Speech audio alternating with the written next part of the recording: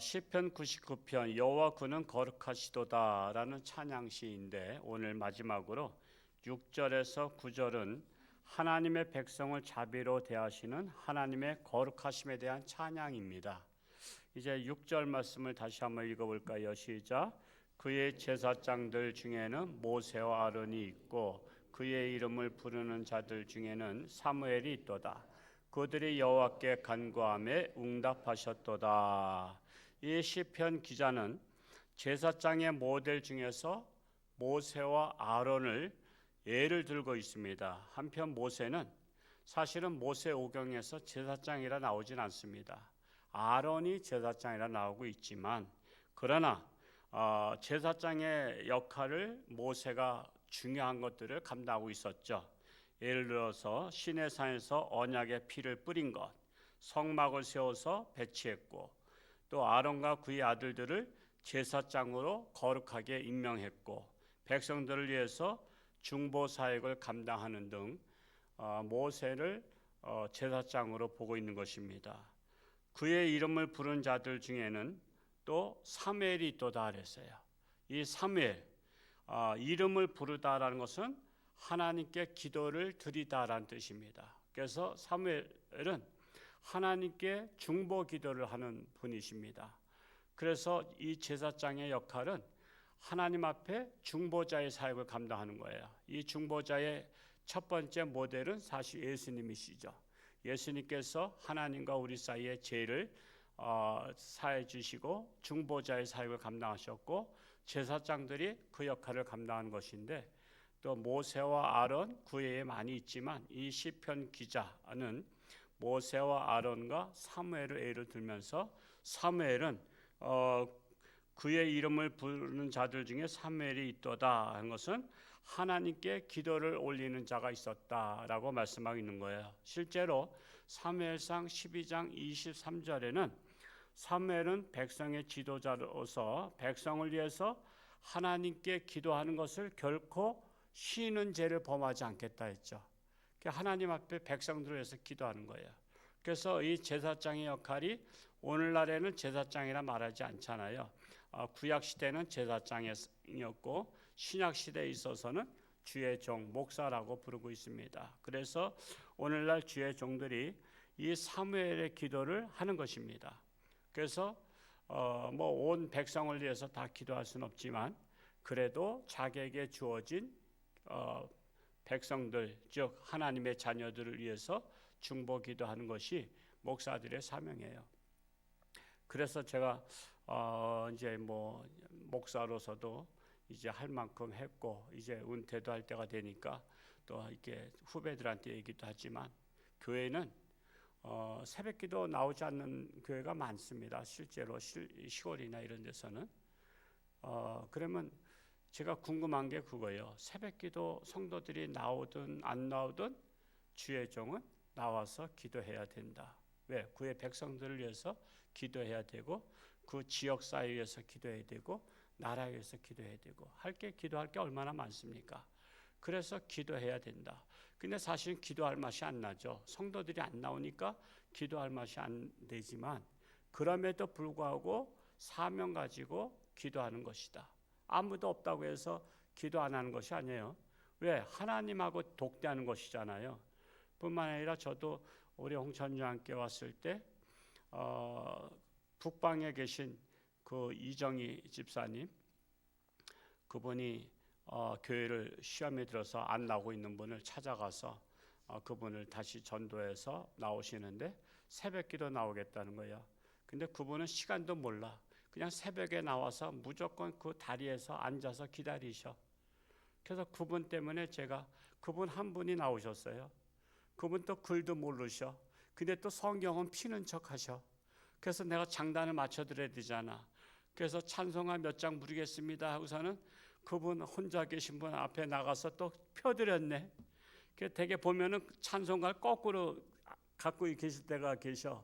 이거는 위아래도 모르시는 분이잖아. 근데 또 자존심이 있으시잖아. 그래서 또 찬송을 슬쩍 바꿔서 올바르게 펴서 몇 장 펴드렸어요. 근데 찬송 부르면 또 찬송은 또 이렇게 많이 아셔. 그래서 이렇게 중얼중얼 하셔. 그러고 나서 찬송 부르고 나서 또 성경을 펴야 되잖아. 그 성경 예를 들어서 뭐 시편 99편 6절에서 9절 읽겠습니다. 그러면 또 성경을 또 뒤적뒤적거리시네. 그러면 또 내려가서 그땐 또 강단이 높아서 이렇게 턱이 탁 쳤는데 거기서 내려가서 또 성경을 펴드리고 또 다시 올라왔어.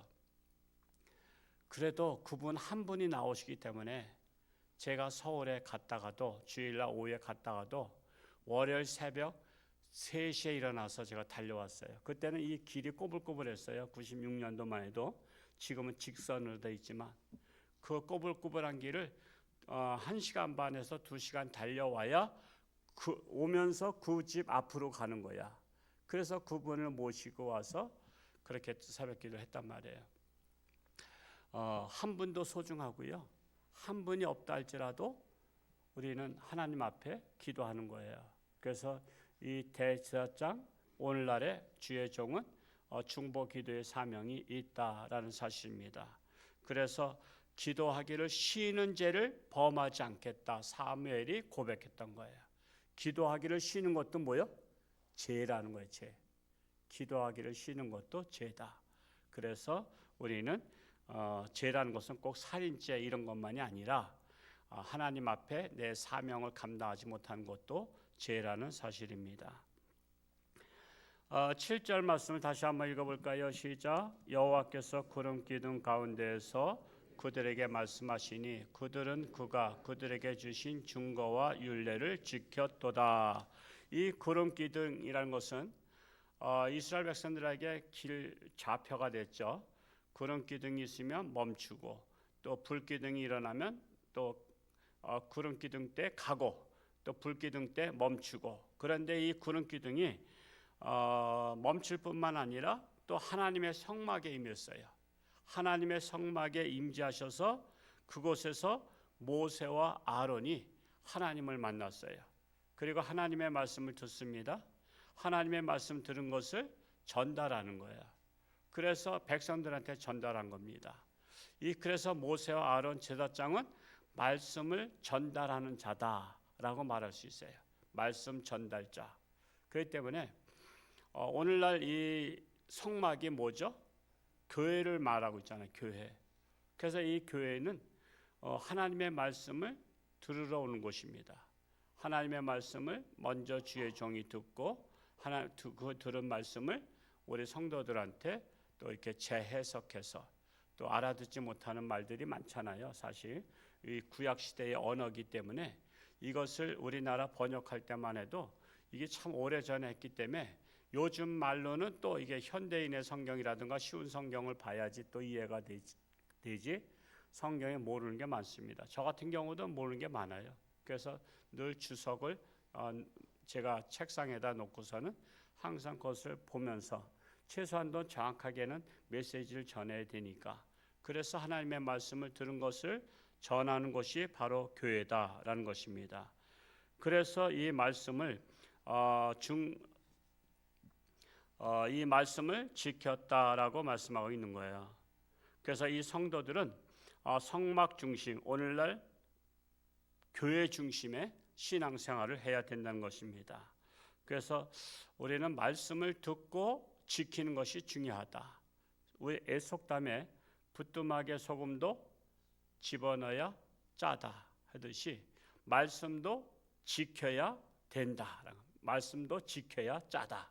그래서 이 말씀은 듣기만 해서 되는 게 아니라 들은 말씀을 실천하는 것이 중요하다라는 거예요.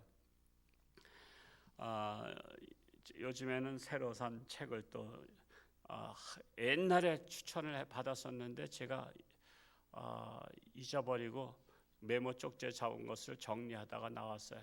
이 책을 내가 아직까지 못 샀구나. 내 안에 잠든 거인을 깨워라 라는 책이에요. 한 700페이지 되는 건데 이제 한 100페이지 정도밖에 못 읽었지만은 내 안에 잠든 거인을 깨워라. 사람들이요. 이제 뭐 아직은 제가 서두밖에 못 읽었지만 이 생각으로는 자기가 원하는 것이 많아. 근데 그 생각을 실제로 실천하는 사람은 별로 없어. 마음은 원이라도 육시 약하다도 한 것처럼 생각으로 다 끝나. 나 부자 됐으면 좋겠다. 그러면 부자가 되려면 어떻게 해야 될지를 해야 되잖아. 내가 정말 얼굴이 잘생겼으면 좋겠다 그러면 얼굴에 또 무슨 하다못해 무슨 점이라도 빼고 뭐 화장이라도 해야 될 거 아니야. 그러니까 사람은 그 바람은 많아. 바람은 많은데 그것을 하려고 계획을 안 세운다는 거야. 하려고. 이제 그런 이제 책입니다. 그래서 제가 지금 이제 서두를 읽고 있지만은 우리 말씀이 마찬가지야. 하나님의 말씀이 참 은혜롭다, 좋다 막 이러지만 그 말씀을 실천하는 분은 별로 없어. 말씀을 실천해야만이 삶의 변화가 일어나거든요. 그냥 말씀을 마음에만 품고 있으면 안 돼. 그것을 내가 실행에 옮겨야 돼요. 이것이 바로 부뚜막에 소금도 집어넣어 짜다 하듯이 하나님의 말씀도 내가 율례를 증거와 율례를 지켰도다. 지키는 게 뭐예요? 행함이잖아요. 그래서 행함이 있는 믿음을 말하고 있는 것입니다. 8절 말씀을 읽어보겠습니다. 시작. 여호와 우리 하나님이여 주께서는 그들에게 응답하셨고 그들의 행한 대로 갚기는 하셨으나 그들을 용서하신 하나님이시니이다. 하나님은 말씀대로 응답하셨고 백성들의 행한 대로 갚기는 하지만 행한 대로 감당하신 뭐예요? 잘했으면 칭찬, 못했으면 징벌, 심판도 행한다는 거예요. 그럼에도 불구하고 용서하시는 하나님이시다 말씀하고 있는 거예요. 행한 대로 갚기는 했지만 그들을 용서하신 하나님이시니이다. 하나님은 심판하실 때 용서하실 마음의 준비를 갖고 있어요. 우리를 심판하되 용서할 마음을 갖고 계시고 용서만 빌면 용서해 주겠다고 하는데 용서를 빌어야지. 그게 뭐예요? 회개예요. 회개. 하나님은 회개하길 원하시는 하나님이셔요. 우리가 자녀들한테 야단칠 때 요즘은 뭐 인권 때문에 애들 뭐 손 하나 뭐 이렇게 댔다가는 큰일 나잖아요. 아버지도 고발하는 시대가 됐는데 자녀가 잘못했을 때 자녀를 혼내줄 때 자녀가 끝까지 고집을 부리고 잘못을 안 했다고 말하길 원해요? 아니면 빨리 잘못했다고 고백하길 원해요? 빨리 잘못했다고 고백하고 다시는 안 그러겠습니다. 그 말이 나오기를 바라는 거야. 아들을 야단칠 때 부모도 괴로워. 빨리 네가 고백을 하고 다시는 그러지 않겠다. 아버지는 용서할 마음을 가지고 징계를 하는데 자식은 내가 뭐 고백하나 봐라 하고 끝까지 그러면 아유 그냥 이 지겨운 놈, 질긴 놈 그러면서 섭섭해하는 거야. 하나님이 우리를 심판하실 때도 우리가 회개하고 용서받기를 바라는 마음이 있어야 돼요. 그러면 하나님은 그 말이 바로 나왔구나. 아이고 기쁘다. 내가 너를 심판하는 게 목적이 아니라 네가 회개하고 돌이키기를 원하시는 하나님이시다라는 사실입니다. 그래서 징계도 사랑의 징계다라고 말할 수가 있는 거예요. 9절 읽고 마치겠습니다. 시작. 너희는 여호와 우리 하나님을 높이고 그 성산에서 예배할지어다. 여호와 우리 하나님은 거룩하심이로다. 그 성산이 뭘 막 가리키죠? 시온산을 가리켜요. 시온산 안에는 뭐가 있어요? 예루살렘 성전이 있어요. 그 시온산이라는 것은 성전을 상징하고 있고 오늘날에는 교회를 상징하고 있습니다. 그래서 바로 하나님의 성전에서 예배할지어다. 오늘날에는 하나님의 성전에서. 그래서 일본에서 무교회주의자를 주장했던 분도 계시지만 그래서 신학적인 혼란도 왔었고 또 코로나 시대에 온라인 예배라는 것을 또 전혀 신학에도 없었던 온라인 예배가 있었지만은 그런 것은 최악의 경우에 드릴 수 있었던 예배고 그럼에도 불구하고 온라인 예배에 젖은 분들은 야 오늘 귀찮으니까 오늘 또 교회 가기 뭐 하니까 나 준비도 안 됐으니까 그냥 집에서 온라인 예배 드리자. 그게 아닙니다. 우리가 최선의 예배 항상 하나님 앞에는요 최선의 예배가 뭐예요? 하나님의 성전에 나와서 하나님께 내가 제물이 되는 거예요. 나를 바치는 거예요. 집에서 그냥 뭐요? 그냥 아무렇게나 복장하고서는 그냥 온라인으로다가 메시지나 듣고 그러는 게 아니에요. 예배는 하나님 앞에 신령과 진정으로 드리는 거예요. 근데 요거 아직까지 요 습관이 안 돼 가지고 조금만 귀찮으면은 집에서 온라인 예배 드리고 그러고 하는데, 뭐 직장 근무하는 건 어쩔 수 없잖아, 그렇죠? 직장 근무하기 때문에 직장을 뭐 이렇게 나와서 막 할 수는 없잖아요. 덕이 안 되기 때문에. 그런 경우를 제외하고는 하나님 앞에 나와서 바로 하나님 앞에 내 몸과 마음을 드리는 것이 중요하다라는 사실입니다. 오늘 하루도 하나님과 동행하며 승리하는 복된 날 될 수 있기를 축복합니다. 할렐루야. 고맙고 감사하신 아버지 하나님, 오늘도 새날 주시니 감사합니다. 오늘도 하나님과 동행하며 무엇을 하든 어떤 말을 하든 하나님의 영광을 위해서 말을 하고 행동을 하는 우리 모든 성도들 되기를 원합니다. 참으로 가정마다 여러 가지 기도 제목들이 있습니다. 육신의 질병으로 사경 헤매는 우리 사랑하는 교우들 불쌍히 여기시고, 하나님 앞에 간절히 부르짖고 기도할 때에 하나님께서 치료하는 광선을 바라사 깨끗함 받게 하시고, 깨끗함 받은 건강 가지고 하나님 영광 위에 살게 하여 주옵소서. 아직도 알지 못하는, 구원받지 못한 사랑하는 가족들 금년에 속히 하나님의 자녀로 나아올 수 있기를 간절히 소원합니다. 나라가 이제 선거철을 맞이했습니다. 중요한 것은 하나님의 사람, 옳고 그름을 분별하며 모든 일에 본이 되고 존경받으며 인정받는 지도자들이 배출되기를 간절히 소원합니다. 그리하여 이 땅에 하나님의 나라가 임하게 하여 주옵소서. 날로 타락해가는 이 시대에 이 소금의 역할을 감당하는 우리 홍천중앙교회 한국교회가 되기를 원합니다. 그리하여 한국교회가 하나님의 영광을 위해서 세계 선교에 쓰임받을 수 있도록 인도하여 주옵소서. 감사드리며 예수님의 이름으로 기도하옵나이다. 아멘.